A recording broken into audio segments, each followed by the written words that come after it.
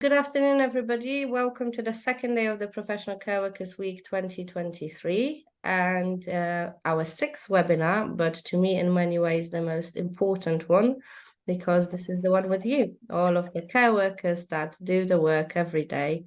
And as a former care worker myself, I'm very excited to have you here, and I also am very grateful. And I really appreciate you giving your time in your very busy days supporting people. So thank you.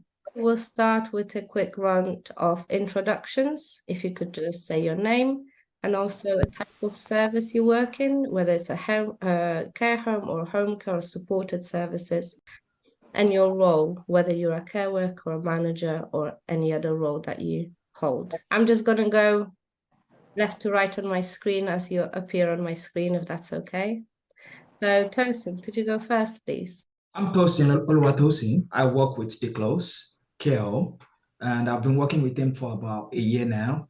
I work as a carer, a senior care assistant, and I've been providing good support, as I believe, from my residents, and it's been very nice. So that's it. Thank you. Thank you. Louise? Yeah, hi, it's Louise Hammond. I work for Eximius Living Support, so I'm a living carer. Been with the company 5 years since the beginning and 16 years in care, and I'm a senior living carer. Thank you. Emma? Hi, I'm Emma Bishop. I work for Dimension Supported Living. My role's Operations Director, but I've kind of worked my way up from support worker, which I did for a long, long time. And I'm going to say over 30 years. So it's a long time I've worked in this sector. Thank you. Leon? Hello, my name is Leon. I'm working with TLC Care Homes for last nearly 4 years now. I'm working as a care worker. Lovely, thank you. And Monique? My name is Monique Bentley. I work for Alzheimer's Support. We deliver care in the community for people with dementia. I'm head of service, registered manager, but I still do deliver service myself. Lovely, thank you. Laura? Hello, my name is Laura Griffith and I work at Impact, which is a UK centre for implementing evidence in adult social care. So I'll be doing a lot of listening today. Thank you. Thank you. So I'll do Laura Griffith and Laura, just so I don't get confused. So Laura now. Hiya, I'm Laura. I work in a residential dementia care home in Grassington, and I've worked here over 8 years. I started off with housekeeping and I worked in the kitchen, and then I've done care for the last 5 years.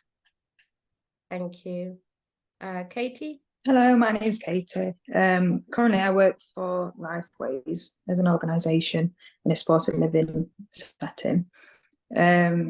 I'm fairly new to the organisation. Prior to that, I've been, currently I've been promoted to a deputy manager, but prior to that, I've been a advanced team manager, which is a bit of a strange title for a supported living setting. And this is, the last 2 settings I've worked at have been step down services from hospital, so it's classed as like an enhanced supported living single occupancy.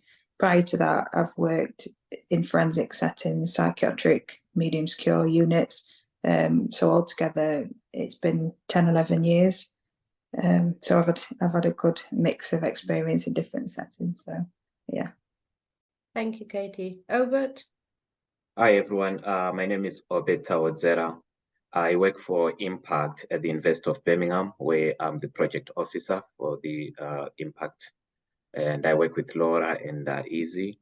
I'm a former care worker myself. I used to work in a supported living for more than 6 years. So I'm one of you. Thank you. Lovely. Kelvin? Hi, my name is Kelvin. I'm a migrant healthcare support worker and working in a supported living service, and working here now for coming up a year now. So nice to be here. Thank you. And Lillian? My name is Lillian Peterick. I work as senior healthcare assistant.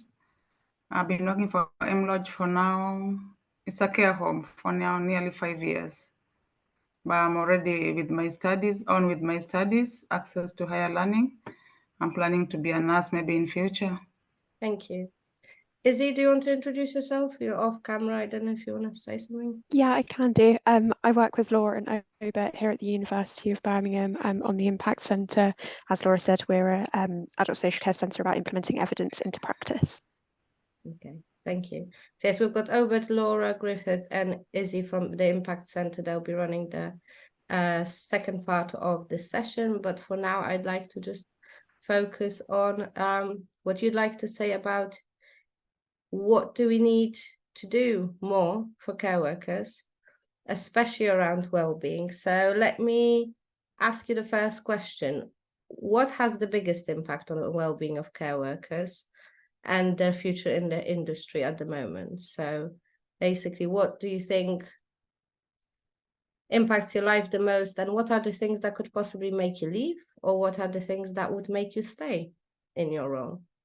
And would anybody like to start? If we could use the raise hand function at the bottom. If not, I can start again from the top of my screen. Yeah, I'm happy to start. I think a big impact factor really in different organisations I've worked for, support from management. And I think that has a massive impact on whether, as a support worker, you're likely to stay.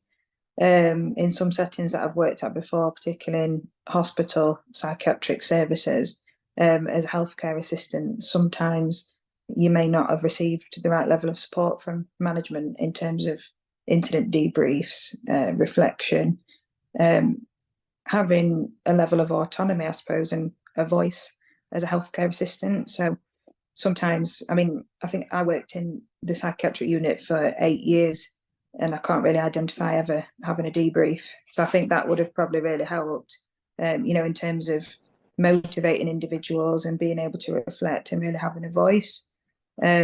Also being invited to what I'd class as the important meetings.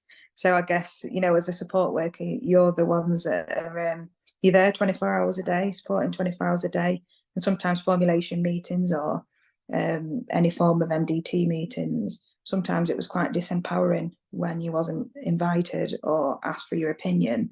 When it came to support plan updates and things like that. And I guess it's where I found the difference between working in a hospital setting and then working in a supported living setting, where I felt like you've got a lot more of a voice and your input is really valued. However, I think not having a professional registration, such as a nursing degree or, any form of professional medical qualification, sometimes it is disempowering and your voice might not be valued in particular settings due to the fact that you've not got those qualifications. I also think supervisions as well, regular supervisions to ensure the well-being of support workers. I also implemented in my last job as a team manager wellbeing meetings for individuals that I managed. So I managed a team of 12 support workers, and I found that really helped, and it also increased my staff retention for my team. And I was quite proud that I managed to retain all 12 members for the 2.5 years that I worked there. And I do feel that had a big impact in being able to provide the wellbeing sessions. I also completed a counselling NVQ myself so that I could provide them with a bit more support. And I felt the feedback that I received, I think that really, really helped. Thank you. That's all very helpful. Thank you. Lillian, did I see you raise your hand physically? Did you want to come in? I think caring is a very special job. It needs one to be passionate about it. It's not very easy job. Carers go through a lot. They don't get enough support or acknowledged.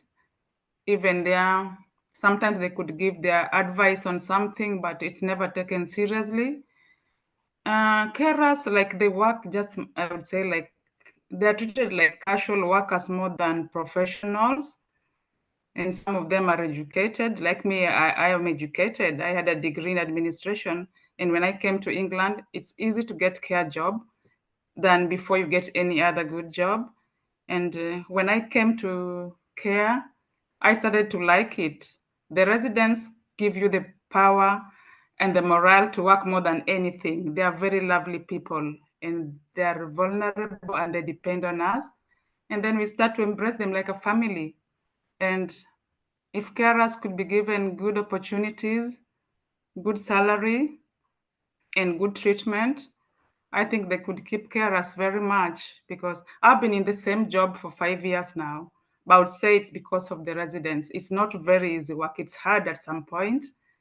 It's very hard because with pulling, pushing, sometimes dealing with the other carers who have their own way of reasoning.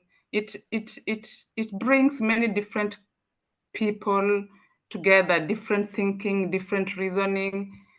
It's all hard, but everyone there is in the interest of giving care to the residents in the most dignified way and with respect, because for them, they pay for the service and they need the best service. Yeah, but I think carers in care situation, they need to do something. Maybe they need what do I say?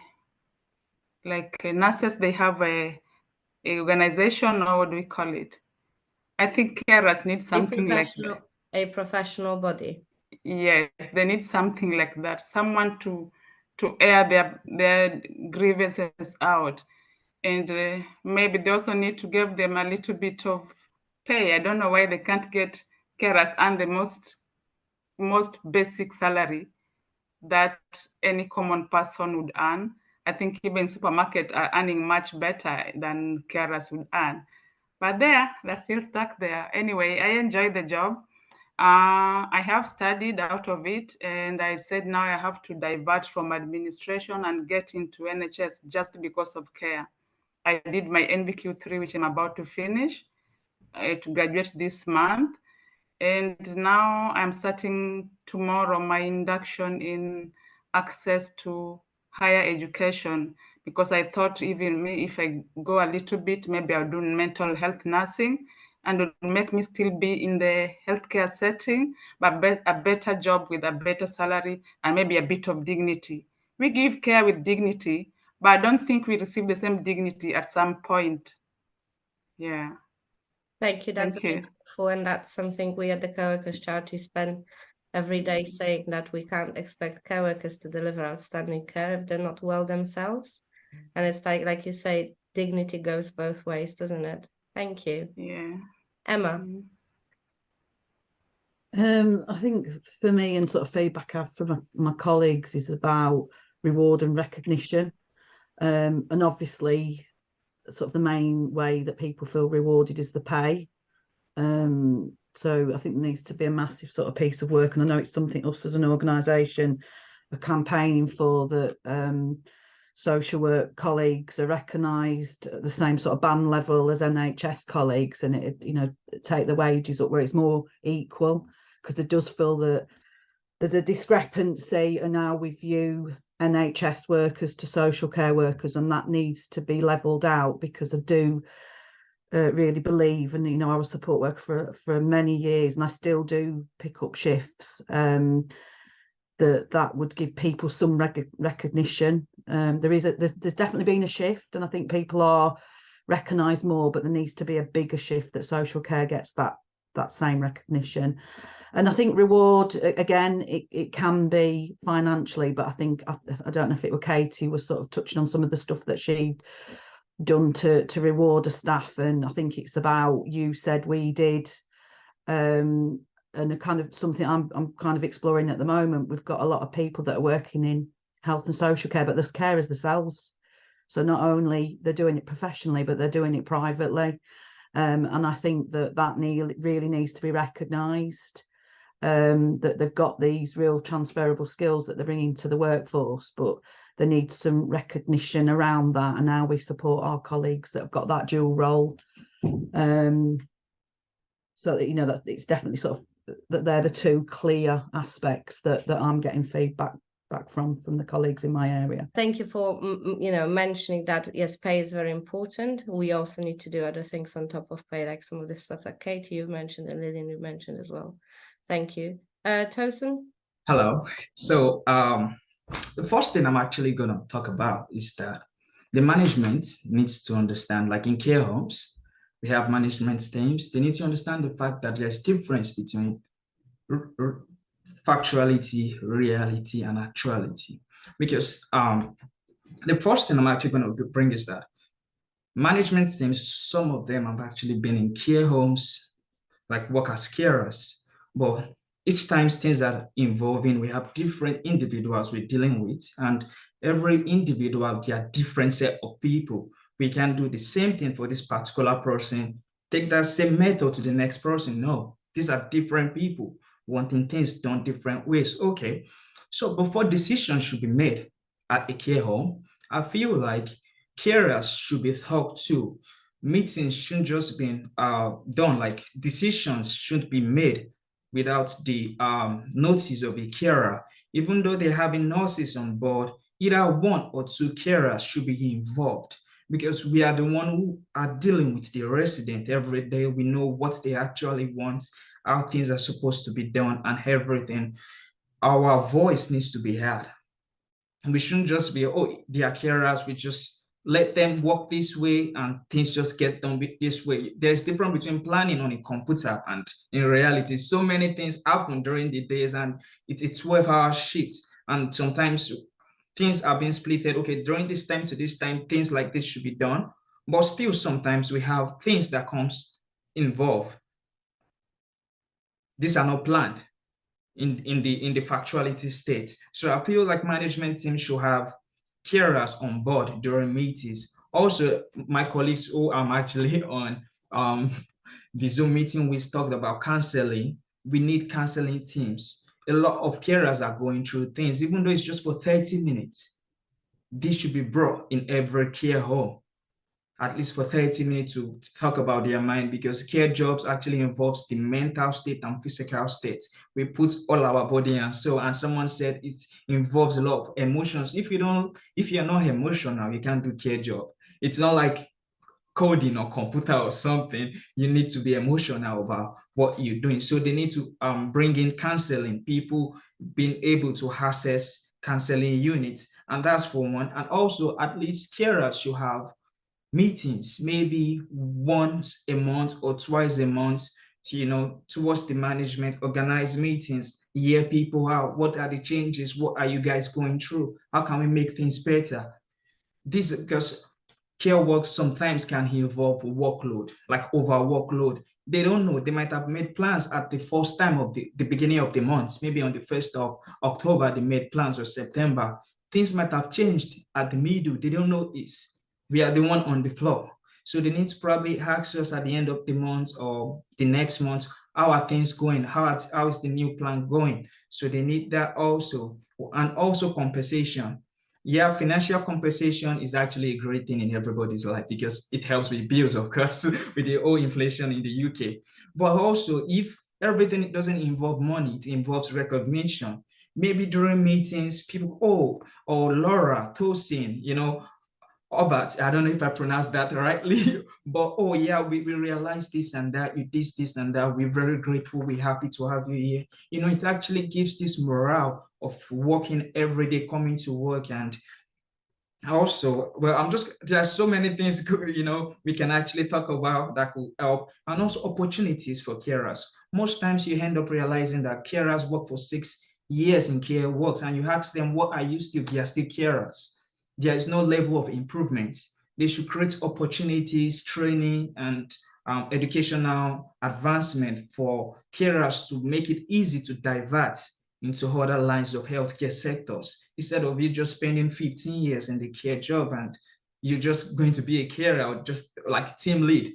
They should create more trainings. Well, I won't deny the fact that the home I am, they are very great at that. No doubt about that. They have been very helpful. But still, I believe that every home can do better at that and make, carers wants to be a carer for a long time, appreciations and stuff. So, well, for that, that's just all I'm going to say for now. Thank you very much. Thank you. Yeah. Louise, I've seen you raise your hand and put it down again many times, so I'll go to you now. I was just going to say, they say, are we skilled workers? Of course we are, all of us. You know what I mean? We'll do our basic training.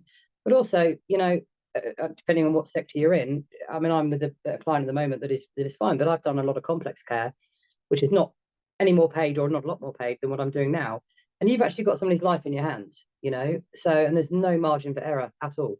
So I think that's not really recognised. And it's not a job, is it? It's a vocation, because obviously I do live-in care. I miss anniversaries, birthdays, Christmas, and when people go in from the office, they don't see that you're there for 6 weeks at a time. You're away from family, from friends, from loved ones, and you're just doing your job. I specialise in dementia, and in fact won the Dementia Care of the Year 2018. And my work are great like that.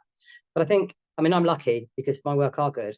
I've got a great line manager, and I think that's a lot of problem that a lot of people have. There's without structure in the office, without backup, or without an on-call that doesn't answer the phone, because obviously you're next to port of call. And if you're away from everyone, then you just need to pick up. But we've got a mentor scheme, which is great. We get new carers on board, and they've got a mentor that if they don't want to speak to the office, they can go to. Things like that, little things. So if they don't want to pick up the office phone and perhaps ask a silly question, they've got a mentor they can go to. I think that should be across the board, because, when you start in care, you don't know anything. And even if you've got your qualifications, you learn as you go along. I know so much more now than I did when I was 22. And it's just experience, isn't it? Especially with dementia, because obviously, as you all know, everything's different. Every person is different. There's no label to it, and you're learning all the time, But yeah, and the personal touch, if the office keeps in contact, they know all their clients, they know everything about their clients, rather than just being like a name or a number on the book. I think that goes a long way. But I think pay definitely, for doing something that's incredibly hard, you're in a job 24 hours a day, and everyone else walks away. Everyone else goes home at 5, and you've got no backup, nothing. And I don't think the pay definitely doesn't reflect that at all. Even if you're working for a really good company, that was it. Thank you, Louise. Very helpful. And just to say on the point of mental health, like I say, as a former care worker, I definitely understand the level of responsibility that you feel on your shoulders, apart from everything else that goes on at work. But the Care Workers Charity, we have a mental health support program, so you can apply and self-refer yourself for therapy if you felt you needed that. And we also offer funding for mental health first aiders to organizations. So just putting it out there, so it's there. Laura. So I agree with a lot of people, what a lot of people have been saying, because it's pretty much the same everywhere. Like sometimes you feel like you don't get the support you need, or the recognition. My deputy manager, I know I can speak to her, and she, she's great. You can talk to her about anything, and you can go in and just tell her, and she'll be understanding and supportive. But I do feel like there should be like a well-being group or meetings. Like, is it Kate that said that? I think that would really help people, because people do a demanding, it's a hard job, it's demanding, so people do need that support. And people, not everybody sees what a carer does, and if people are judging, they don't have an idea what we have to go through. We have to work a 12-hour shift. Some days are brilliant, but then some days are really bad. Sometimes we'll get agency in on last minute, and they'll come in, and this is not every agency. This is just like a couple that I've worked with, because some have been really good. But then others, they've come in and they've just sat on the phone, and they haven't interacted with the residents. And sometimes the residents don't want them because they prefer their own staff. And it was really hard the other day, because we had 3 agency come in the other day, and there was me, and they weren't familiar with the job. One of them were, but it was very hard to delegate them tasks to everybody. And I'm trying to help myself as well. And they're on, one of them told me that they was on £20 an hour just for coming in for an emergency, because we was lack of staff. And it just makes you feel a bit disappointed, because of how much you work hard in your job role, and then you find an agency worker coming in and they're not doing 100%, and I don't know, it just it doesn't sit right with me. Thank you very much, Lauren. And like you say, there are a lot of similarities between different services. There are obviously differences, but a lot of the issues I think that you're facing are quite similar, aren't they? It's the resource behind you, the support that you need, and just the emotional strain of the job. And whether it's counseling or debriefing sessions or supervisions, there's just lack of resource and support of that in many places. And even for those providers that I know try very hard around that, it's resource is still the issue to actually find people to deliver that. And managers can't do everything because managers already hold so many roles in one place. But thank you, Laura. Monique? Yeah, so for me, I think the biggest frustration is people don't actually understand how difficult the job is.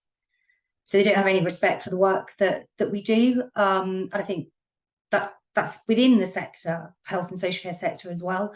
But we make it a point for new managers and things that come in the organisation to actually go out there and experience it and understand it. And I think echoing what a lot of people said, the job is emotionally challenging. It's really, really hard. One of the most difficult things that my staff deal with is regular bereavement. They really struggle with it. And it's making people understand that that's worth investing money in. We've had people leave because people have passed on and they haven't been able to manage it in a very healthy way at all. And it's really upsetting to lose valuable staff because of that. It's the nature of the job. And I also think we're a vulnerable workforce. By our nature, we care. Therefore, it's very easy to take advantage of us. We will go the extra mile. We will stay the extra hour. We will pick up the shift. And I think that needs to change. How we do that ourselves, I don't know. But I think a lot of people leave work because of that. We feel like we're being taken advantage of. Really, we're volunteering it because it's within our nature. But I think the powers that be know that. I think they know we won't let that shift go down and we won't let that visit go undone. So we just really tend to do it. And I think, again, echoing what everyone else said, is the professional respect for us in social care is non-existent, really. I 2 degrees. I have a physiotherapy degree and a paramedic. Yeah, I can't make a referral to a falls clinic. My support workers can't refer into falls clinics. We can't refer to dietitians, and we see these people all the time. And even when I've challenged this and they've been open to it, the bottom line is we don't have the professional qualifications for them to respect our judgment. So it's just a really challenging place to be, I find. Thank you. And thank you for saying that care workers by nature are so giving. It's very easy to take advantage of care workers, because I think that's something that actually happens a lot, especially by policymakers. And like you say, people know that no matter what, you'll go to work and you will support people because you will prioritize that over anything else, because that's just the people you are. And that's the people that care workers are. And it's too easy in a way to take advantage of that and keep pushing and pushing and pushing and pushing. Because what I see the most on online forums is care workers leaving because they mentally can't do it anymore, because they've been pushed too hard. So thank you. Kelvin? Hi, so most of the speakers earlier must have said most of the things I've jotted, and I think they're actually right, because we consider the level of undervaluedness that everyone in the industry or other professionals or even those in other sectors, the way they look at care workers, they see it as the least work one can do, when they're not valued at any instance.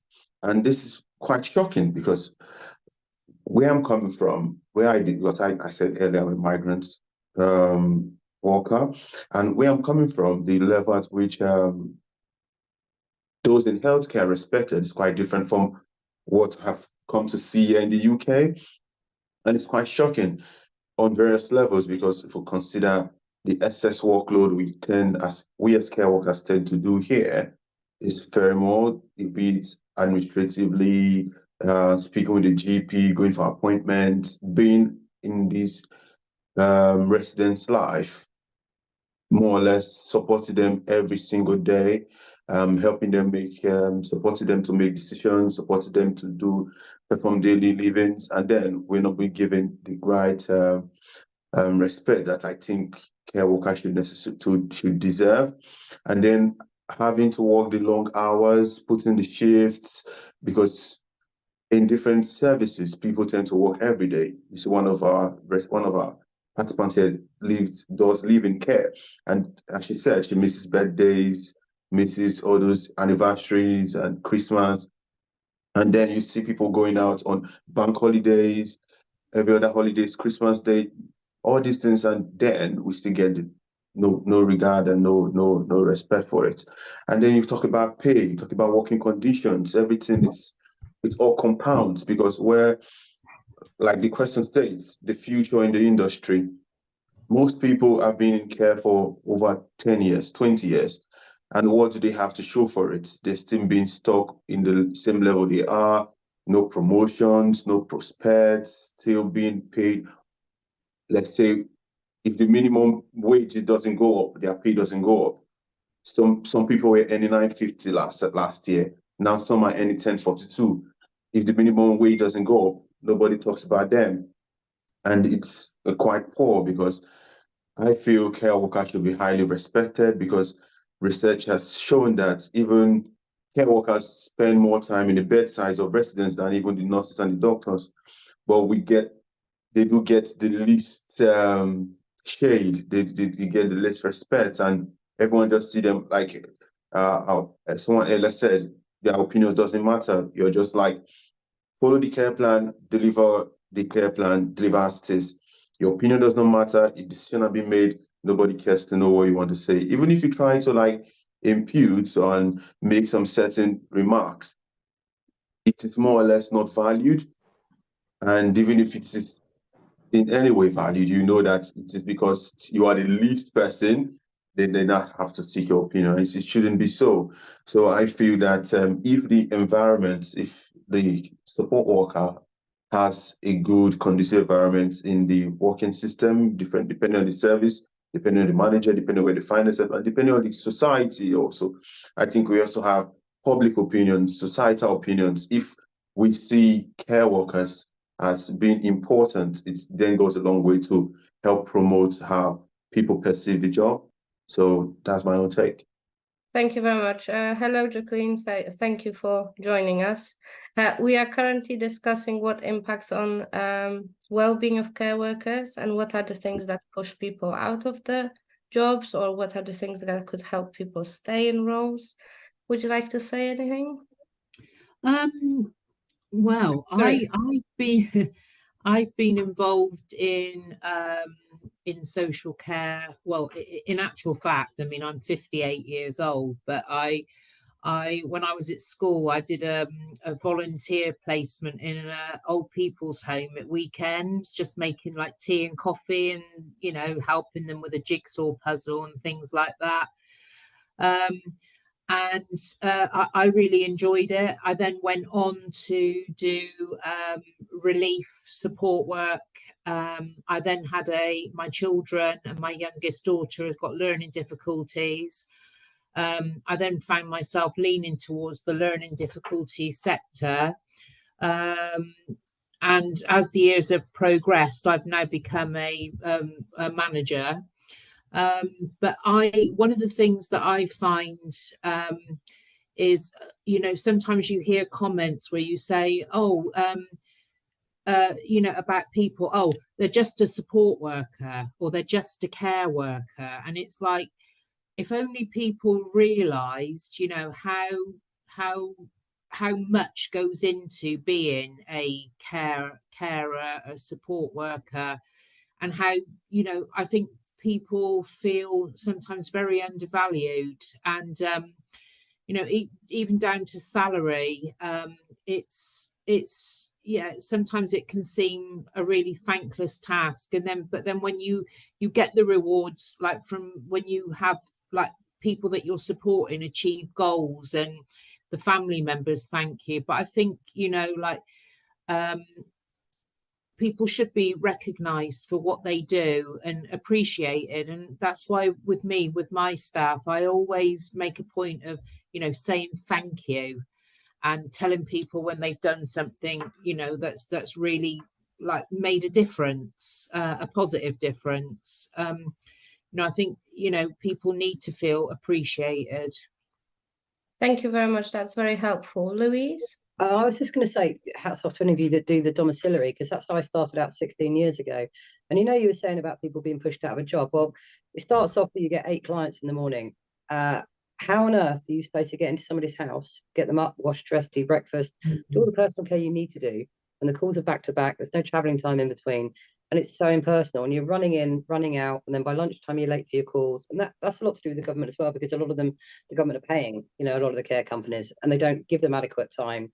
And even if it's not the money, it's the time, because literally you're going into someone's house, you're expected to do all this for Ethel or whatever, and get in and out, and then you're going, right, gotta go back at lunchtime, you know. And I did that for 2 years and thought, I just can't, it's heartbreaking. I just can't do it, which is why I moved into living care, because it's a lot more personal. It's one-to-one. I'm a primary carer, and I just feel like I've let those people down, you know, because you literally just, they're there, just want to have a quick chat or tell them how they slept at night, you know what I mean? And you're just rushing in, rushing out because you've just got no time, because it's not allocated. And you know, that's a lot to do with the government as well. So I don't know. Yeah, that's very helpful. I think the whole feeling guilty because the job is unfinished, or feeling guilty and horrible because you didn't give somebody what they needed, is what a lot of care workers experience and really struggle with. Lillian, let me just go to Leon first, because Leon, you haven't spoken yet. Is there anything you'd like to add? I think for me, I think I'm just going with the organization. If we can have any organization or a body for the carers around, because we got plenty of number of carers around in this country. So especially if we kind of have a organization or a body, that would be nice in case if there is anything to approach, or that would be great. And especially after the COVID, a lot of care workers are facing mental health issues. So especially working for 12 hours, and there is a lot of things going, especially in these 12 hours, there are people are going a lot. So in my organization, luckily for us, we got mental health first aiders in each homes. So that is very helpful. And if we can promote more and mental health support, that would be great. Yeah, and especially for payments. That's other things I think everyone expect. That's Thank all. you. Yeah, Thank you. You should expect to be rewarded properly for the work that you do, especially the important work that you do. Lillian? The ratio of carer to residents honestly doesn't give us enough time with the residents. We are always in a rush to make up in time. You find like 2 carers looking after 13 residents. You want to start getting them ready by 7, and by 10, you maybe latest 10, you don't want to go up to past 10 before you give someone breakfast and care. The ratio is not very good. People are always in a rush. We don't find enough time, because me, when the time I'm doing the care is the time I have little time to chat, to ask how she slept, how she's feeling. Is anyone coming to see you? That is you don't get enough time. If you don't fix your time to chat by the time you're doing the care, sometimes you can't do it. And I feel embarrassed if I'm just busy rushing and I can't sit down and talk with them. That is part of what they need more. They need to talk to people. Sometimes you give someone a little hug, like a lady. There's a lady who has been with us, like I think longer years, and the family never comes. And she could say thank you and even kiss your hand. So I think they miss so many things. They need the love, the proper, that attachment, but they can't find it enough with the kind of rush we have. So I think ratio is very, very poor. And then if a carer gets sick, you get sick or you get injury, you get your sick off, but the money they give you will not sustain you. So it's really, really hard way to live as a carer, because in the NHS or any other place I've worked, If you are sick, you are sick. You still need to get your pay because you need to pay your bills. I was going for a heart condition in a hospital. I was given like 3 weeks. 3 weeks, you'll have nothing if you stay sick off. So I just took it as a leave pay. So I think such things, if there was a union, could fight for the carers. Yeah, that's it. Thank you. Thank you. Very important point around sick pay. During COVID, especially, we supported a lot of people with top-up payments when they were off sick with COVID or suspected COVID and had to be off work. And we are giving people grants to support them financially because, like you say, Lillian, couple of weeks of sick, not on full pay, but on SSP, which is laughable because it is laughable in the current economic climate and with how much everything costs. Well, catastrophic financial consequences for people and their families. And it's unacceptable in that somebody like you has to take your annual leave for the time you stay at the hospital because social care isn't funded properly for sick leave. It's very, very difficult, very unfair. Emma? Yeah, I think one of the big things sort of I grapple with is that it doesn't get recognised what experts our support staff are. Sort of, I mean, I know some of you are talking about sort of working in residential, but supported living, we do have more hours for the people we support because the learning disabilities, but the complexities are, you know, some of the people are very medically complex with people with forensic backgrounds, and you know, the support staff, they are absolutely the experts on the shop floor. Yeah, there's a manager at the end of the phone, but they're the ones that have to recognise and spot them subtle changes in somebody's health or well-being or whatever, so that they can act appropriately to ensure that people are safe. And I think I'd love to know how much money we ultimately save the government, where people don't get readmitted to hospital, even custodial sentences, where somebody does get the medical treatment they need. And just for whatever reason, it does not get recognised in health and social care. They are the absolute key to people's well-being, and that's something I really feel passionate about. They are the experts. I'm not. I'm management now. I rely on the guys that are there on the shop floor. When I do go and pick a shift up, I'm like, you're leading the shift, not me. I you know, you're the experts. I'm here to follow what you're doing. Because although I might have worked in the industry for a long time, I'm not up to date with that person. I'm not up to date with, you know, what support they need. I don't understand why it doesn't get recognised. It seems to more in health, but again, what's the difference? And you know, I think Lillian, you talk about that you want to go and be a nurse, and that's amazing. But there is opportunities for people in health and social care to progress. There's quite a few of us in this meeting, and we really, really need to empower people that if you want to progress, you absolutely can. If you don't want to, that's absolutely fine. You lot are doing an amazing job, but let's make sure that you get the financial reward and the recognition that you deserve, and you are getting that support that you need, because it's okay not to want to work your way up the ladder. That's fine. Your role is professional enough, and that's what we need to up that ante. We need to get it out there that people are doing a massive valuable role. They just need that recognition. So sorry, I get really passionate about that because it makes me quite annoyed and angry, really, that we're not getting that recognition for people. Thank you. And I think annoyed and angry is what I feel every day. So welcome to the club. I think in terms of professional recognition and ladder, there is work being developed now on the pathway. And one of the things I've been pushing about very strongly is that there are two routes to development and promotion. It isn't just into managerial admin roles. They are important, but there are many people, I'm sure some of you on this call, that want to stay working with people directly. You don't necessarily want to manage your colleagues, but you want to be recognized for being an expert in your area of work and be paid for it and get better titles as you work up to it. But so have this developmental opportunity into an expert, let's say dementia expert, or, you know, the same way nurses do, for example. So I'm pushing very, very hard for that in terms of the pathway. Just Emma, on the back of what you were saying, by the show of hands, could you tell me which one of you thinks that you are a skilled professional?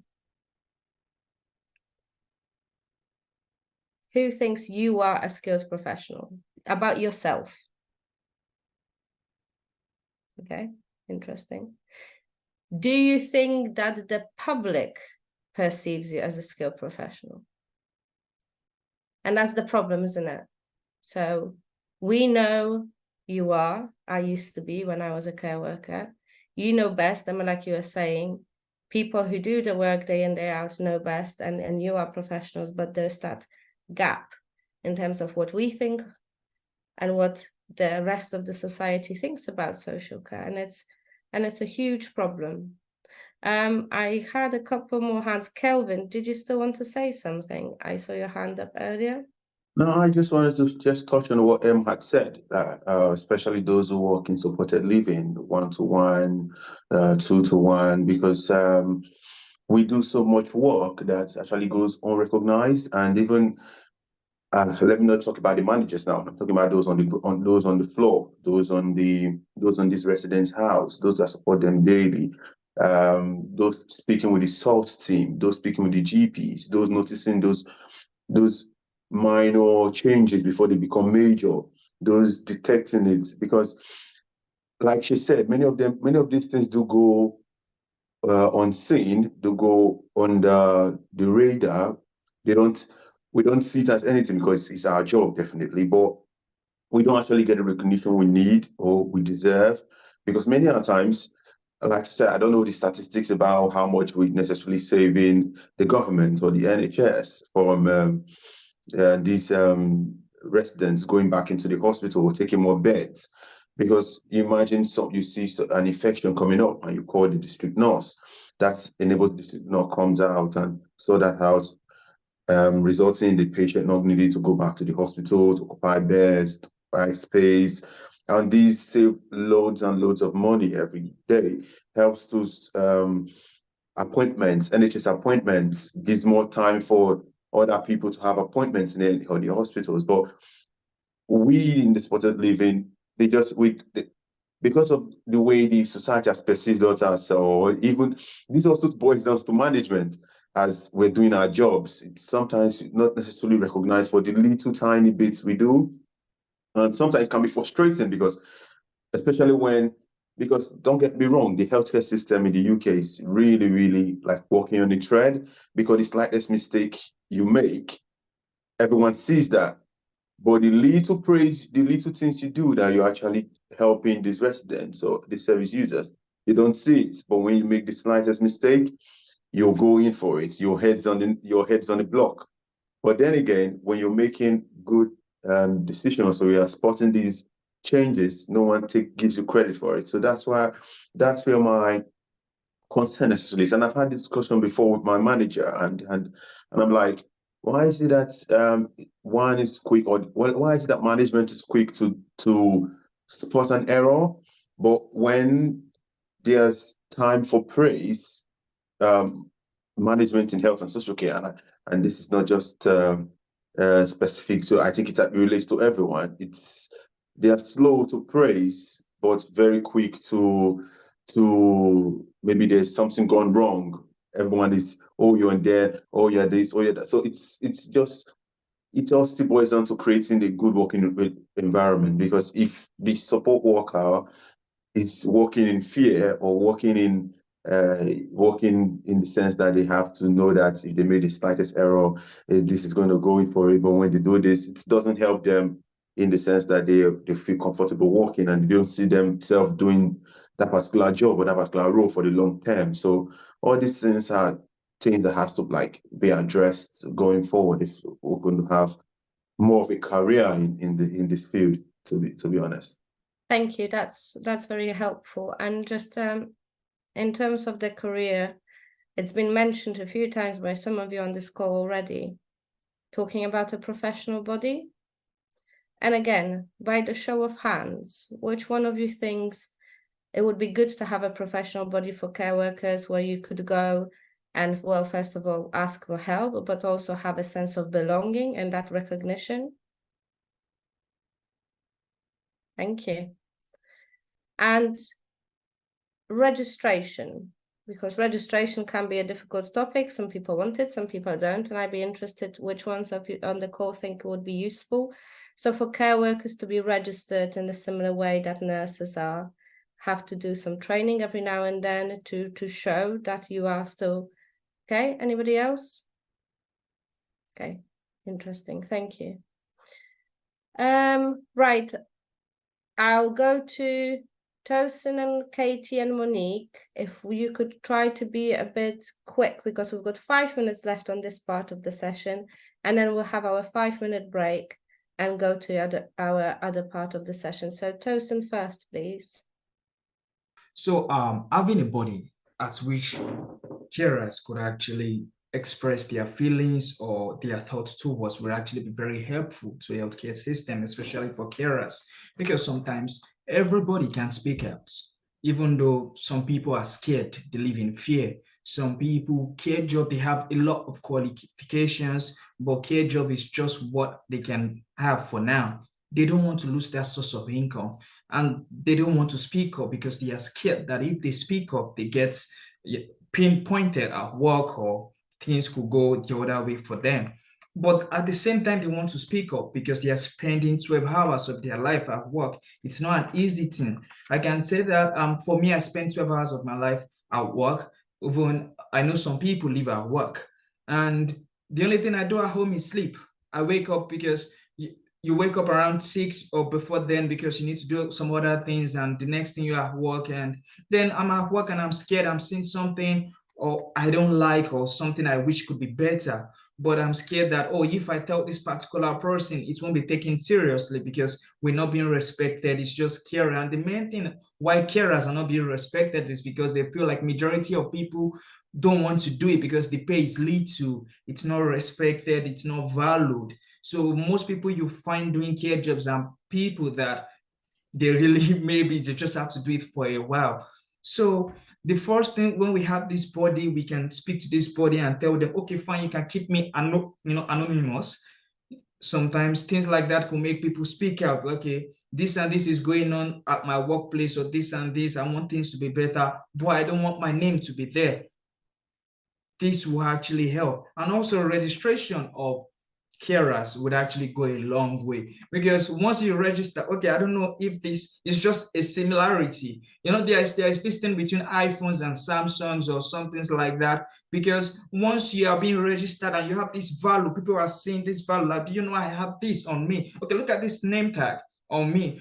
It's just a little reference. When you have this on you, it just gives you this like you are being valued at work. And because even when it comes to agencies and permanent, a lady said that when agency comes to work, they just sometimes, not all, they just feel like, oh yeah, it's not my place. The permanent are gonna do the work. So having this registration is actually going to push value into carers, even no matter how little or more it might be. But I'm actually agreeing with that. And the body where we can talk to and report things to, trust me, it's going to go a long way in care works. Thank you very much. Thank you. Katie? I think I was just going to say similar, to be honest, is covered quite a lot of it, but I was just going to say being regulated, it would help with qualifications that you mentioned, if there was like a national qualification that's more widely recognised, because I do think although the care certificate was introduced, I think in all settings it's not quite there yet in terms of being recognised as a proper qualification. I think if you was regulated, that might improve that, because I think if you move around organisations, every organisation has something a bit different, and some of the training packages are quite very detailed and very sort of intense. And I think having a qualification behind that, it would lead to like a larger sense of sort of empowerment and also recognition. Yeah, that's what I was going to say. Thank you. And I think it would also help with the fact that a report came out yesterday that care workers who have been in the sector for 5 years get on average only 7 pence more an hour. Monique, and I'm very sorry, Kelvin and Tosin, but we're going to have to finish this part, go into a break, and then we'll have a second session. I'll make sure to give you a chance to speak. But Monique, if we could finish with what you've got to say. Yeah, just really quickly, I'd say we get people that come to work for it. Sometimes I'm personally embarrassed at the amount of qualifications people have as support workers. Sometimes they're listed on 2 or 3 pages of A4. We are definitely a skilled experience through our knowledge, our skills, our training, our experience, all of it, without doubt. And I'm fully in support of a professional body and a professional registration. But I do feel there's a lot of work that needs to be done prior to that. We don't want to create a body that's seen as a gift to a grumbling group of individuals. We have to raise the profile so that people respect what that group is. And secondly, I am presuming it will be funded by the providers and by the people themselves, like nurses and paramedics. We pay our registration fees to be registered on this. At the moment, care workers aren't earning enough to do that, and a lot of providers are on their knees anyway. So I'm fully in support of it, but for me, that's the cherry on top of the cake, if you see what I mean. It's something to aim for, when, like, the final piece of the jigsaw that goes into place when all the work behind it has been done. I'm going to let everyone get their cup of tea. Thank you, Monique. I think the professional body registration is a bit of a chicken and egg situation. What comes first? Because do you get recognition and more pay without registration and professional body? But how do you pay for a professional body without more recognition and funding? So it's a bit of a circle, isn't it? And something has to give first. Thank you very much. Well, thank you all for participating in the first part of this. Like I mentioned earlier, we're going to have a 5-minute break. So please don't leave the call, but just put yourself on mute and turn off your camera so you can go have a little break, stretch your legs, grab a cup of tea, and let's be back at 3:05. Thank you. Lovely, everybody. Thank you for coming back so promptly. So this session is for Impact, a centre for delivering research and supporting delivering research in social care. And I'm pleased to be involved with that since the idea was first formed many years ago now. We have Laura Griffith, Obert and Izzy with us from the Impact Centre. And Laura first is going to give you a little bit of an overview of what Impact is about. And then Obert is going to lead the discussion, asking you a few questions and asking your advice how best to deliver the work of Impact and research into your practice, because that's really important for me. There is no point to research that has no impact. So we need to find better ways of delivering and making a difference in practice from research that's being done around social care. And there is a lot of it. Maybe not as much about workforce as I would like, but a lot of it about practice of social care. So it'd be helpful to hear your views. So Laura, could I start with you, please? Lovely. Thank you, Carolina. So my name's Laura Griffith, and I am the Deputy Director for National Embedding. So my work is very much in the practice, making things a reality, putting things into practice. And it's really good to be involved with Professional Carers Week, because it's crucial to say that Impact is a implementation centre and not an evidence centre. So we're thinking about the way things work in practice, and the way we use evidence is evidence from academic evidence, but also practice evidence and evidence from carers and people with lived experience. And so it's really just the first half of this today was just really interesting, listening to your experiences and hearing about what helps in the work that you do and what really hinders the work that you do, and listen to broadly about your experiences. So Impact really thinks that good support isn't just about services; it's about having a life, and how to design care and support in order for people to have as much of a life that they want as possible. So it's really important to have events like this, where we just take time to listen to people who are so close to the front line and to hear about your experiences.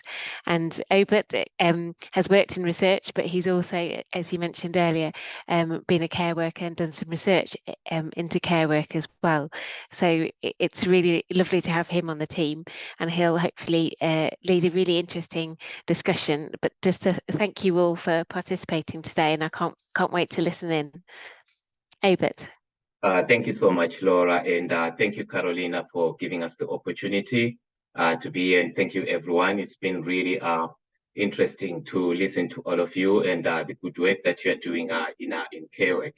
I was a care worker myself, like I said before I joined academia. So I started as a supported living care worker before I moved on to do to go into academia, because I wanted to become a social worker, but it actually speaks to what most of you were saying, that you are thinking about bettering yourself, but still within the sector. But also given that by the time when I was doing care work, there was not a lot that I could do that could make me stay in the sector.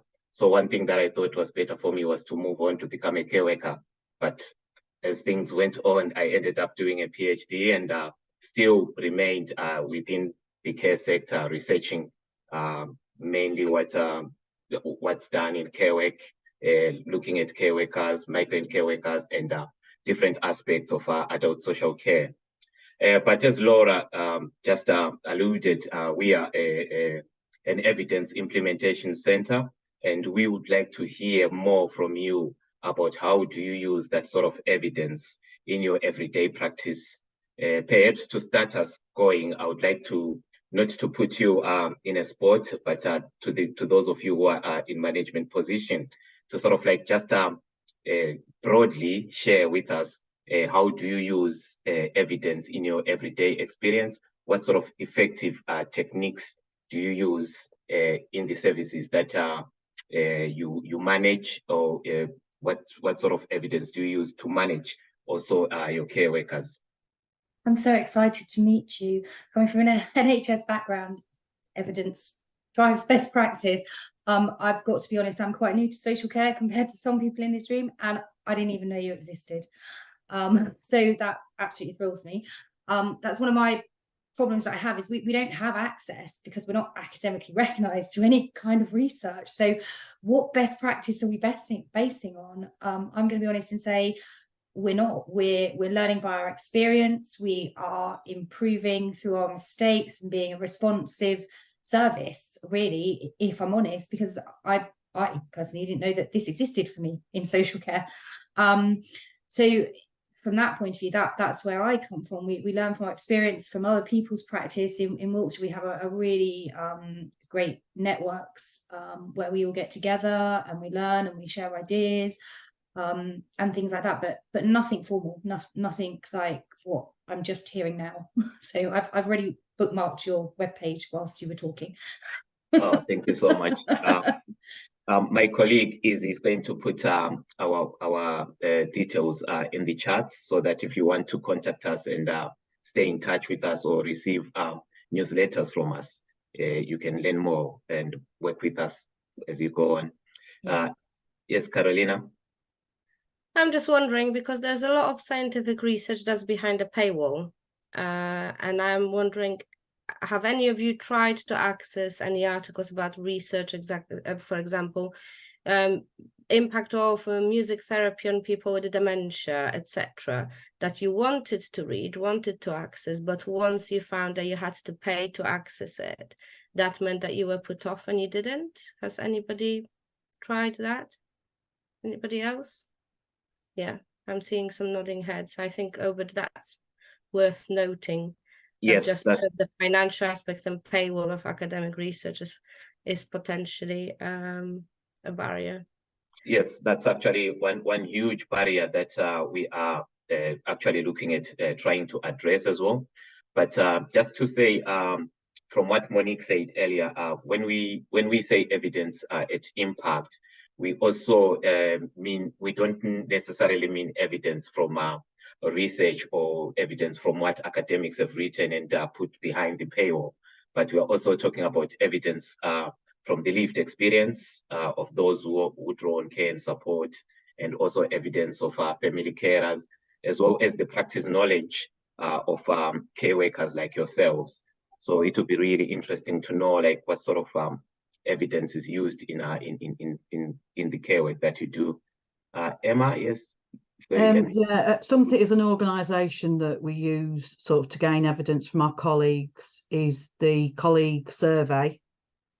And we obviously have to we do an action plan off the back of that, and that links into sort of strategies around. I mean, one big thing in my area at the moment is about reward and recognition. I can't influence the pay increase, but I can influence reward and recognition. So there's various things that I've put into place to sort of support my colleagues around that, and I'm really proud because my retention's very, very good, and I do think that is from that learning from our colleagues. So it's kind of you said we did, and the other thing is I'm part of our diversity strategy. So some of the information that we pull from the colleague survey will look at people's diversity. So we've got I mean, talking about sort of career prospects for our colleagues, we're looking at the moment sort of people from like the BAME community that we've recognised in Dimensions. There's a shortfall. We know we need to do some work about promoting that. So that's the evidence that we've gathered. It's not something that we've kind of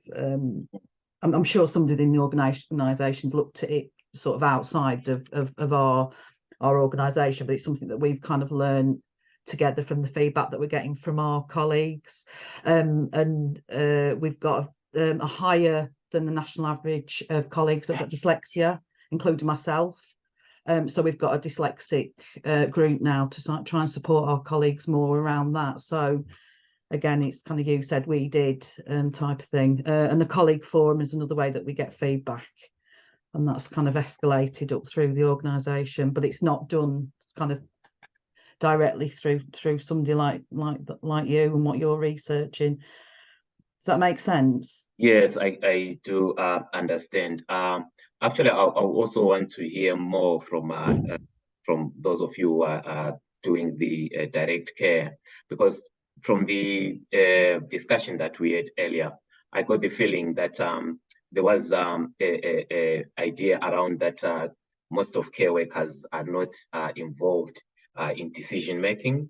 Even if when it comes to decision making of making maybe care plans for the person you are caring for, or in the care guidelines that you use to support the people you are caring for. So I just want to hear from you, what do you think is lacking in that in making these care guides or these support plans, and how could this be improved? Kelvin. So to be fair, I come from a different care background or healthcare system that is quite different from how the UK setting is being run. And to be honest, when I did come to the UK last year, the process of delivering care in the UK is quite different from where I'm coming from. And it takes longer time because I think the healthcare system in this country is so complex that the waiting time is too long, and it's really, really ludicrous, and it's quite different from where I'm coming from. And in that sense, what I did, because I am more of I like to read a lot, I like to gain as much information as possible, especially when delivering, when moving to a new country, moving to a new culture, moving to a new setting, new way of living, new way of working, new working time regulation. So I did rely a lot on articles. I relied a lot on publications online. Most of them. I read the Cavendish reports. I read so many of them, and this just helps to give an insight about how things have been run in this country. And fairly so, I think most people leverage on research in their day-to-day activity, especially for those migrant workers coming into a new country, because many a times they do not know what they. Although we do say care is about general or support is about general, but there are still basics. Especially when you're in a new setting, you have to do it their own way, and it's quite different for how it is. So we have to leverage on research on publication that has been done, and as well as gaining the experience daily by working with colleagues, asking questions. So, but all this evidence-based, like I got, because I fancy challenges as much as possible. I like to challenge myself, and I did try to get activities for one of our residents in the supported living where I work with, and I did research on some kind of activities that the people with learning disabilities in this country enjoy? How would this activity impact their daily living? How would it improve them? How would using music, or how would going out in the community, how would these activities affect them positively? And I did see a few. I didn't necessarily see impact, but I did see a few. But in all, so I would say yes, research is quite good, and it did help me adjusting, and did help how I settled in and move forward. Thank you. Monique, you want to come in? Yeah, I think it goes back with, in terms of frontline staff being uninvolved in those processes, time and money. If they're not out working, they're not generating income. And then if they want to be involved in those processes, they have to come off the roster. Now, we're not scared to do that as an organisation, but I think people are. I don't think they're purposely overlooked, because I think people in the industry know they're the people to talk to, and who have the best information and really valuable input into those things. I think it is that logistical time. For example, I know we have variable hour contracts. So how do we pay somebody to do that? How do we recompensate somebody for that time, and how do we do it fairly? And keep it in line with other roles in the organisations on a similar banding and a similar level. I don't know. I mean, I think it's something that we get right. We do involve our frontline staff in producing care plans. We do involve them in reviews. Our electronics record system that we've just launched is fabulous. They can actually raise changes to care plans, and they feel empowered, and they've got that control, and that they're being listened to. But again, small work in our organisation. It's not the sector as a general. But I think people would be reluctant, to be honest, but I think it's time and money. Thank you. Carolina? Yeah, I think just to follow up from what Monique said, time, money, meaning resource, really, isn't it? It's the same like with care workers attending training, learning new things. So I've got this new therapy, or this new way of approaching things that I've learned, and then actually finding the time to implement it in practice. Mm-hmm. And it's a similar issue here. I think it would be good to find out from this group in terms of what would you find useful in terms of academic research in the first place, because I appreciate, Obed, that you're talking about evidence by impact being respected in different ways. And, I fought for that hard from the very beginning. But I think in this case, we're talking about care workers also being able to use academic research to then implement in their practice. And when you're thinking about lack of resource, so people don't have time to sit down and read through the whole many pages of a paper written sometimes in I find unnecessarily complicated language. So as a group, would you find something as a social care research paper summary that is no more than half a page, but it's a bit different than the abstract, because abstract still contains information that's not needed for your practice, like the method of research, whatever else. What are the recommendations from that research and main findings?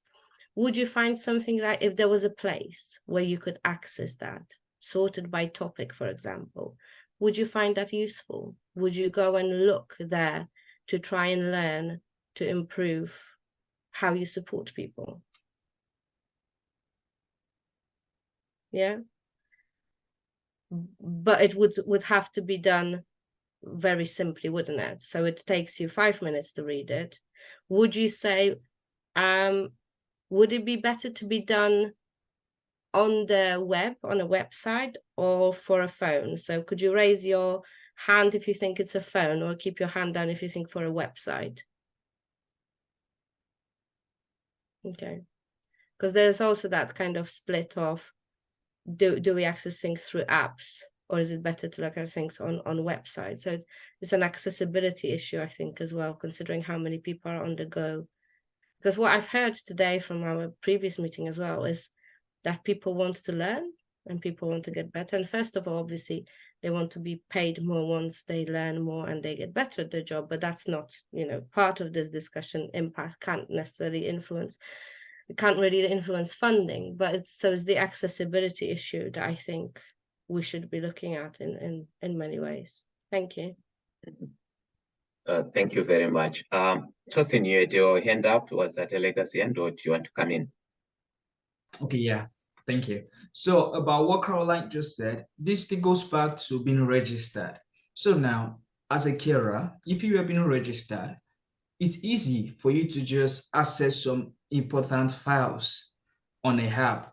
Like, let me just give nurses, they have a particular distinguishing figure, like a number for nurses. So let's just summarize. I'm being signed up. I need to access some research, and most of this research online, you have to pay for it. And it's not like they are quite cheap compared to what we are being paid for. But if we actually have this registered digit or something for a particular person, once you log in or sign up, it gives you this opportunity to have free access without being getting paid. And it won't just be for something random people could just go on, because you're in the field, you should have more access than it's not than just everyone having access. So I feel like this thing goes back to being registered as a carer. And about the whole research thing, research has gone a very long way, because at a point I started with agency with this particular care home. So when they got me for a particular man. He's wonderful, but it's dementia. And after a while, I asked for his care plan and report and evidence of things he has gone through in the past. As soon as I read it, it gave me a brighter knowledge on how to undo things, because it goes a long way. So when sometimes maybe he's agitated, I know what to do. Even without spending 5 hours with him, I could see what someone have done, or give him some space, stand back and things and that, and things just went easily, smoothly. So yes, research is very good, and also easy access to research for carers will actually go a very long way. Thank you very much. Thank you. Kelvin, then I'll come to you, Laura. Yeah, I did raise my hand earlier when Monique did comment on this particular topic, and it's did boil down to saying, like, especially in this industry where we find ourselves, whereby the reward for good work is almost not there, the pay is not there. And then, even if, I think what most people I got made prior to this, coming up to this event, I've been doing more and more, gaining knowledge from different variety of support workers to just gain their insights, because not everyone can be here, but at least to just understand how the perception about this and that. But what I've come to gather is that everyone likes knowledge, yes, but with the level at which would we get paid for doing more research? No. Would we get paid? Would we get an additional advancement or even recognition for reading more? No. Where I am, they don't even pay for online learning. So that's the particular courses that you are mandated to do. In as much as it's online, you're not even paid. But you get what I mean, and that comes to is, I don't know if it's funding or the structure of the healthcare system here, because individually everyone may decide, if I spend more time, let's say I do a 15-hour shift, I resume at 7, close at 10. What time do I have to do? Okay, even if my day off, I want to rest, and then if I have the strength to decide to open to publications or do some more research into learning disabilities like Down syndrome or stuff like that. And then I go to work the next day and I meet people who have been there for so many years and they are doing the same thing. I more or less almost cannot change anything, because they'll be like, what you're doing, it's not necessary. What you're saying is not necessary. What they want is, they just want things to be done a certain way, that even the research, because I do find, to be honest, academias are quite distinct from the reality, because academias can be, don't get me wrong, I like academics, I like academians, but in some parts of some fields, they can be in their offices, especially professors that write articles. And like Caroline has pointed out, some articles can be very long, 63 pages. I was going through the Cambridge Review and it's 63 pages. It turns me off. If it's, let it be broken down, if it's 2 pages, at most 2 pages, summary, good. But they can just sit down, some languages, they'll write, okay, for publications, okay, and that. that goes down. But they would think we should go back there and read 100-page worth of document, and then we should bring out a knowledge for 100 pages of document to support our residents. That doesn't work in reality, because what they feel is that they are doing based on work, on literature review, years of practice. Some of these things are not even functioning again this day and age. But because of the fact that we try to evolve, we see that, okay, we want to do this. But then if we are being not recognized for even making these efforts, people get turned off, because why? Why would I make as much effort as getting this, and then you're not being respected for it, if you know what I mean? Thank you so much, Kelvin. I understand that predicament. As someone who's an academic myself, normally when we come to such discussions, I always hide and say, no, I was a social worker first. A care worker first. So that's where I always base my argument with. And I understand really the importance of simplifying the language, having some bite-sized kind of documents that people can actually read and digest very quickly, rather than going through a 100-page document with fancy language that you need a dictionary to understand. So thank you very much for bringing that. Laura? So I think I take your point entirely about the uselessness of academic research in this environment. Just putting that aside for one moment, if you had a bit more time and resource to do it, what type of evidence would you go searching for to help you in your everyday roles? I know somebody mentioned before about informal support networks and asking colleagues. Another person mentioned about reading information about an individual care plan in order to really help the care for that person and finding out what worked and what didn't. What type of evidence therefore helps you improve your practice, helps you it helps you in the work that you do? So we talked about journal articles and so on, but that's only one bit of the way that we think about evidence. So what things, if you had a bit more time, would you go searching for that would help you in the work that you do? Yes, Emma. I think, this is from my perspective. I don't work on the shop floor as much now. I think we are supporting people, especially in learning disabilities, that are getting more and more medically complex.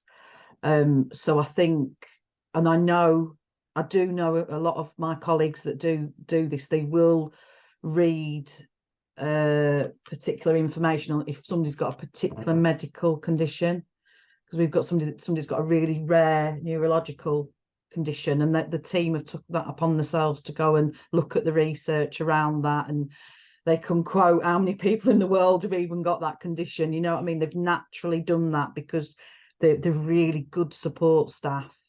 So I think that's something I could see and as moving forward as things change, because back in the day we'd never sort of perform any nursing tasks or anything as support workers. Well, that is increasingly happening more. So perhaps some sort of research around that. I'm very passionate, because it's something we've identified in our organisation that, and I don't know what the link is, that we have got more colleagues that are dyslexia, and this is just one of my little passions, that we ensure that language is clear and accessible. Because I think if you are neurodiverse and somebody talks about academics and research, whatever, it can be scary. So I think we need to make sure it's not scary for people. Mm-hmm. That for me probably wouldn't scare me now, but it would have done before I felt I could be open that I am neurodiverse. Does that make sense? I think we need to sort of keep that language very, very clear and keep it real to what people are actually doing and where they can link it to their day-to-day work. Yeah, thank you so much. Carolina? I'm just thinking about the demonstrator sites that Impact does, which to me are basically pilots, case studies. So what happens is at Impact Center, a group of people pulls together all the research on a topic, reviews that, And then another group of people, including care workers, people who draw on services, usually a provider of some sort, try to use that in practice and how it works, how it doesn't work. And I think that's a great way of sharing that research. So I was just wondering do you think it would be helpful to, rather than seeing a kind of top level academic research that's a bit practice detached because of the nature of it, would be easier to actually have put forward to you things that other people have done based on research. This is an example of how this piece of research has been used in practice. To learn from that, more the kind of peer learning, who would find that more helpful than just reading a paper, for example, or Googling something around? Could you just put your hand up? Yeah. So I think that's something to consider as well, in terms of, what are people finding helpful. Thank you. Thank you. Monique, you want to come in? I don't mind if you want to go to someone else, because I know a lot to say. Really, looking at evidence, it is evidence that's going to drive excellence. So something that will have an outcome that will make me a better manager, my staff better support workers, the service delivering outstanding service. So it's actually, in terms of healthcare, it's really easy when you look at research. You give this drug, it either works or it doesn't. So everyone, the drug gets approved and it gets given to everyone. But our kind of research isn't so quantifiable, is it? It's fluffy, and it's really hard to put it in boxes to make it clear what's right and what's wrong, how, opinions. So for me, it's evidence that is easily translatable. So I can those changes to people. I can say this is going to make a difference. That is really the kind of key thing. How do we quantifiable data that, one, I can sell up the chain, but also can pass down the chain as well quite easily, so people can see the benefits of the change and what it's going to do and what it's going to bring to the party. I think that's really important. Thank you very much, Monique. Katie, you had your hand up earlier. Do you still want to say something? No, it's okay. I think it's been said. Thank you. Okay. Really interested to hear from others as well. What sort of resources or evidence do you use, or where would you go if you want to find resources? Like, let's say you're supporting someone with Down syndrome or someone with dementia or things like that. Where would you go in your workplaces to find that sort of resource or that sort of evidence? You back again, Katie? Yeah, I was going to say, I think what I've sort of identified is what's happened, like obviously the transforming care agenda and the increase of opening services in the community where individuals would have previously been in a hospital setting. It's meant that as support workers, team leaders and everything else, we've had to rapidly learn and, like conducting our own research, like it was just previously mentioned, independently most of the time.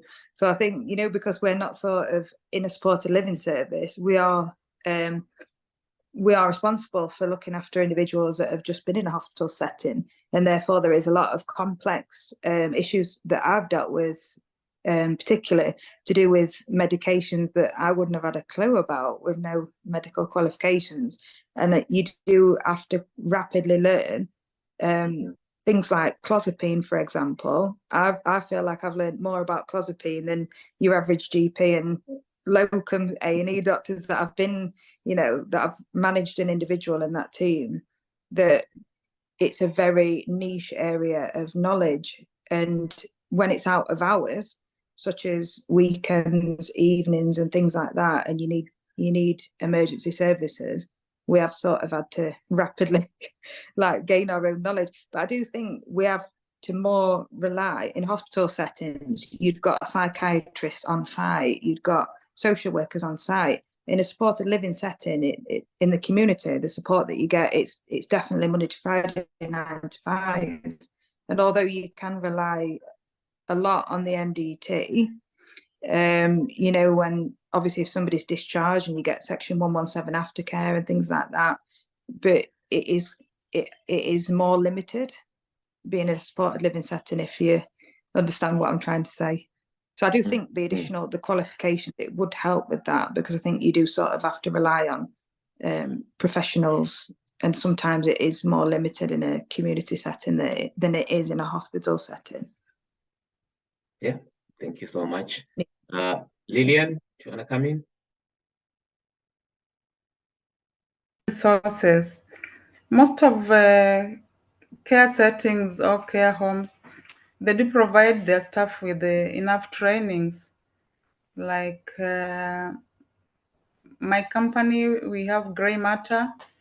We do a lot of trainings with grey matter, and sometimes I go overboard to other websites like diabetes. They have their website, or NHS, and I can research on the things that I want to know about some diseases. So I think it's just somebody, if you are interested to know much, it's easy to find resources in this country, because there's a lot of websites with all the information you need. There's trainings. Yeah. Thank you so much. Monique, is that a legacy end or it's a legacy end? Okay, I'll come to you, Kelvin. And speaking about like ways to get resources, this is one thing whereby the company where I work for are quite good in e-learning and like training and stuff like that, because on our website and the training portal website, you see lots of policy updates, like research papers that have been revised. So all those I think are quite helpful for those that need it, for those that do want to read. Like I said, all this reading is quite individualistic. It depends on the person. If you want more knowledge, you would see, but if you don't, because of the way the system is, many people do not necessarily care, except they are compelled to, because sometimes if you don't do some certain training, you'll not be allowed to work. So those are the basics you just do. But for those that need more research, I think they're more readily available these days now compared to they were before. But that doesn't mean that, like Carol did point out, some articles are restricted. You have to pay for some. The better ones, you have to pay for them, and which is not necessarily helpful. Thank you, Kelvin. Louise? Hi, I was just going to say, you know, I think all of us have to do like some form of the grey matter, or I mean, I know ours has changed to grey matter now, and there's like the 22 sort of things that you have to do. And obviously I'm in living care, which, you know, a few of you have done, and we're quite isolated. So I remember years ago when I started, all the care training was done at a centre. So you all got together. I think it was quite a morale boost. You got to know other people. I think it's, you know, obviously anyone could do the grey matter, because it's not rocket science. It's easy to do, and you're just pressing buttons. You're just reading it through, doing it. So I think before, I think it was a lot better when you could actually get into a group, especially as a living carer. I'm very isolated from everyone. You know, I'm here with him 6 weeks on my own, away from everyone else. And that, you know, obviously you can find information on the net and everything, but this sort of thing, what you're doing now, it's amazing. You know, it's so good to hear other people's point of view. And I know the learning can be done online, but you know, that sort of thing was great back in the day. You know, when you did, it was sort of like a day out. You were learning loads. It was manual, like manual handling. How can you learn that on a computer on grey matter? You can't. Yeah. And then you get thrown into somebody that's a quadriplegic, and you're going, bugger, I've learned it, and here's a hoist because you've done it online. Whereas in theory and practical, it's so different. You know, you need to actually be able to do it. I mean, I remember when we were doing it, you actually get in the sling, you know, and the other people would lift you and do you. And that was a sense of like coming together as well. And there's sort of 16 people there, whereas now it's completely different. And I know that's a lot to do with COVID. And yeah, we can all find information, but you know, I don't know. I think that this sort of thing is great. Even if you did this once a month, or people get onto this sort of portal and air, you know, what's on their minds and that sort of thing, you know. Thank you. Emma? Yeah, just to point off what Louise said, actually. I don't know if you remember, Louise, as well, is that when you did the classroom training, and I think this is something we probably miss now, is when training was updated, they would actually say it's been updated because of, say, this research, or we found out this, and it put it into a really good context. And I've not thought about that, Louise, till you said, but that it were good, because you could ask them direct questions and they'd explain why it had been changed. So that's definitely something we're missing at the moment. Thank you so much. I would love to hear from Laura, Jacqueline, and Leon, anything you can say about this? Where do you find your resources? How do you use evidence in your own care settings? Oh, but just to add, Anna's just joined us because of Anna as well. difficulties. She was watching us participating for the last hour and a half. So if we could give Anna an opportunity to speak as well, that would be helpful. Okay. I'll start with Laura. Yeah. So you want to find out how we find our resources? Yes. So we do like training online, like we have the e-learning, and we used to have a lot of like people used to come and do like dementia training. We haven't had them for a while, and I think that is because of the COVID, but I find them really helpful. I find it easier learning from someone speaking to us, so then like we can write notes down and like they can show us things. So yeah, I find that quite easy when they come in, because I don't know, I get a bit bored doing the internet because I find it hard looking at a screen all the time. I'd rather learn with someone in the classroom, you know, like coming over here. Thank you, Laura. Jacqueline, do you want to have a submission?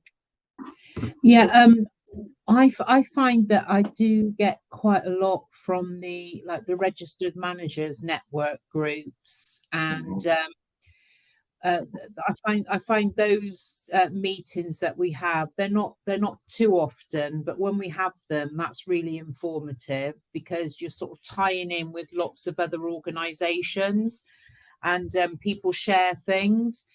But a bit like what the lady that just finished speaking, I find I prefer to learn in a classroom because all this Zoom and Teams and things like that, you know, I'm like a practical learner, and I learn by doing. And sometimes I find like e-learning and Cali and all the other sort of online learning, I don't really process it or retain it like I would if I was in a classroom. Thank you so much. Great stuff.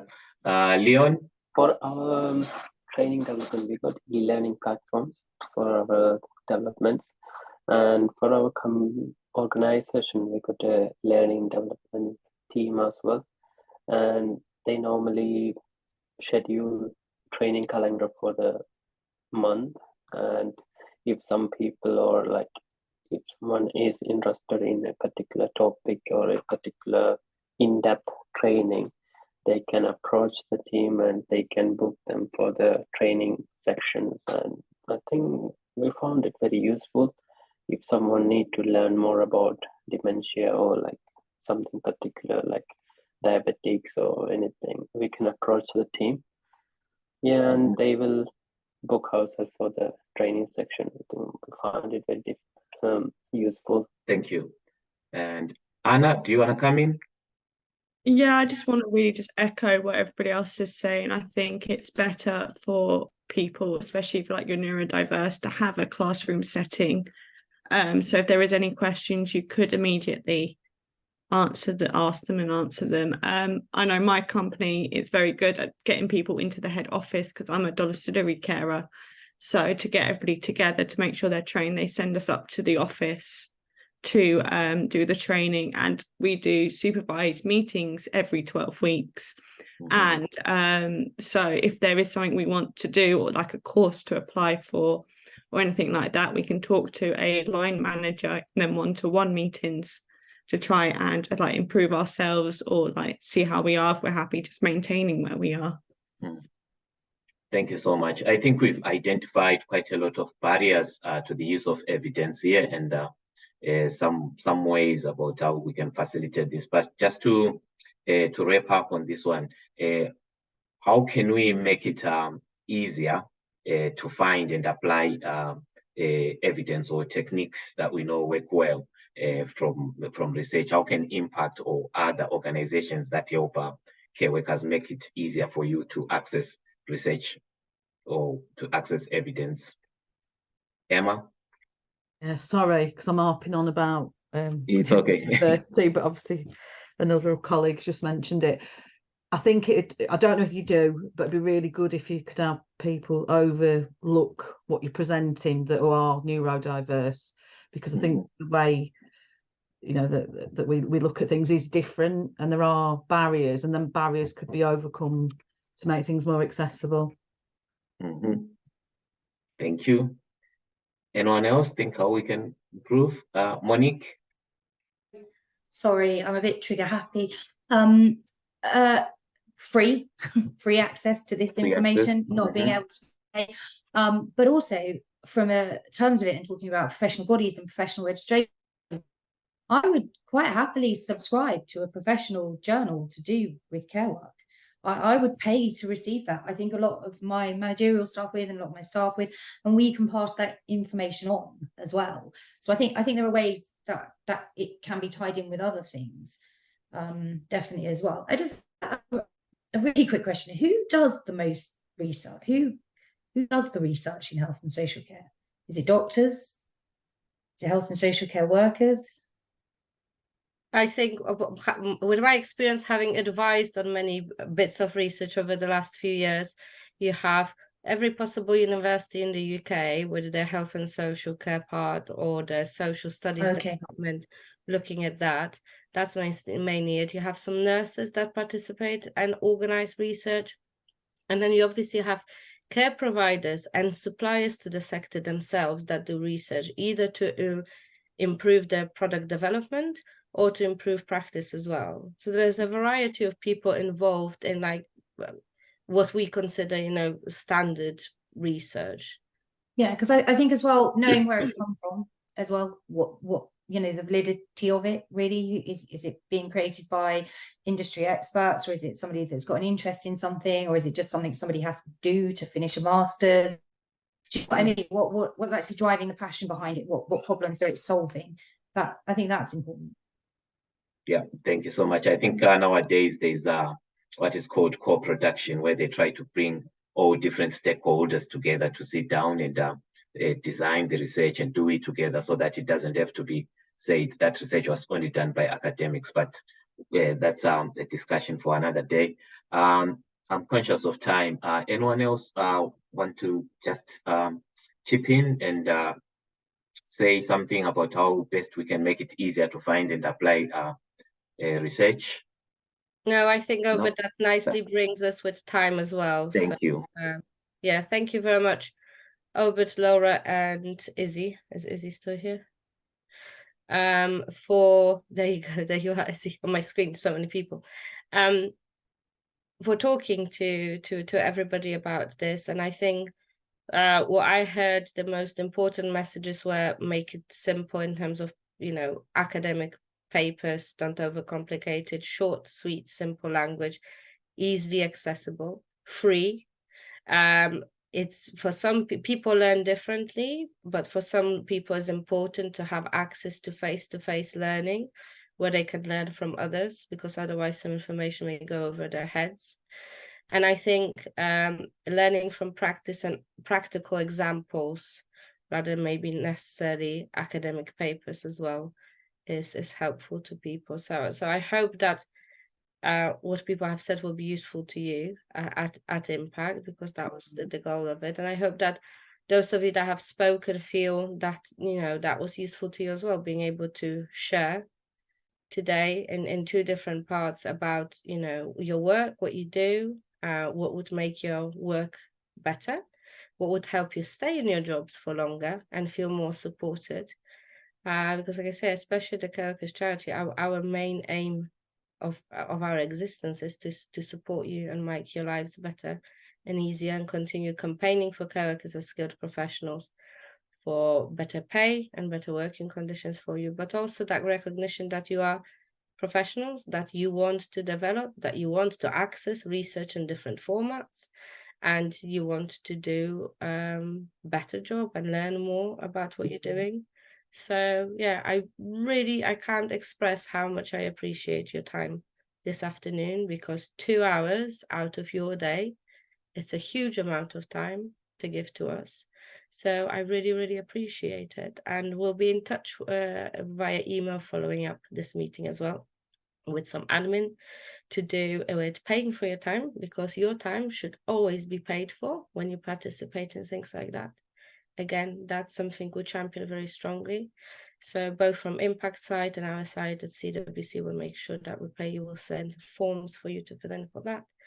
And again, thank you so much. And I hope, we'll check again if I email, but I hope you don't mind for us to be in touch for future opportunities for you to be able to talk about your experience and what your wants and needs and dreams in the future as well. But thank you so much. This has been really great. And thank you to Impact colleagues as well for your support today. Have a lovely afternoon, everybody.